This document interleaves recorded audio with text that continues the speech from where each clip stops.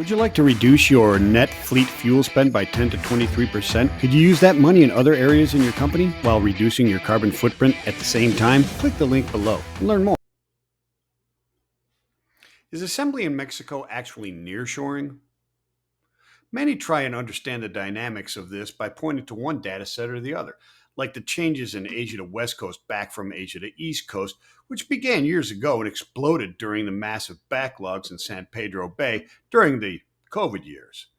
Massive infrastructure investments in channel deepening and widening, as well as newer, better, and higher capacity cranes at many East Coast ports, also occurred. Then we saw the rise of nearshoring.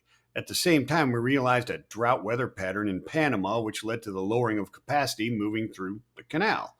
With the canal already backed up, the news reports were intensified and even fueled climate change issues. We've now seen the East Coast shrink in shipments and the West Coast regain some of its former volumes.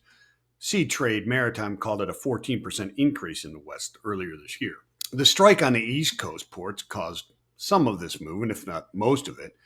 That movement is still ongoing as the strike was not even solved. It was merely punted to January of 2025, which makes it less likely to get handled before the deadline as the pressure of an impending peak season is not there in January.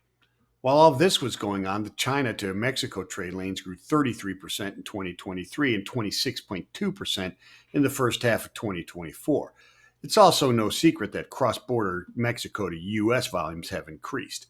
Mexico became the largest importer of the U.S., overtaking China in 2023, and CNBC reported in October of this year that year-to-date cross-border trade grew 52% with Mexico.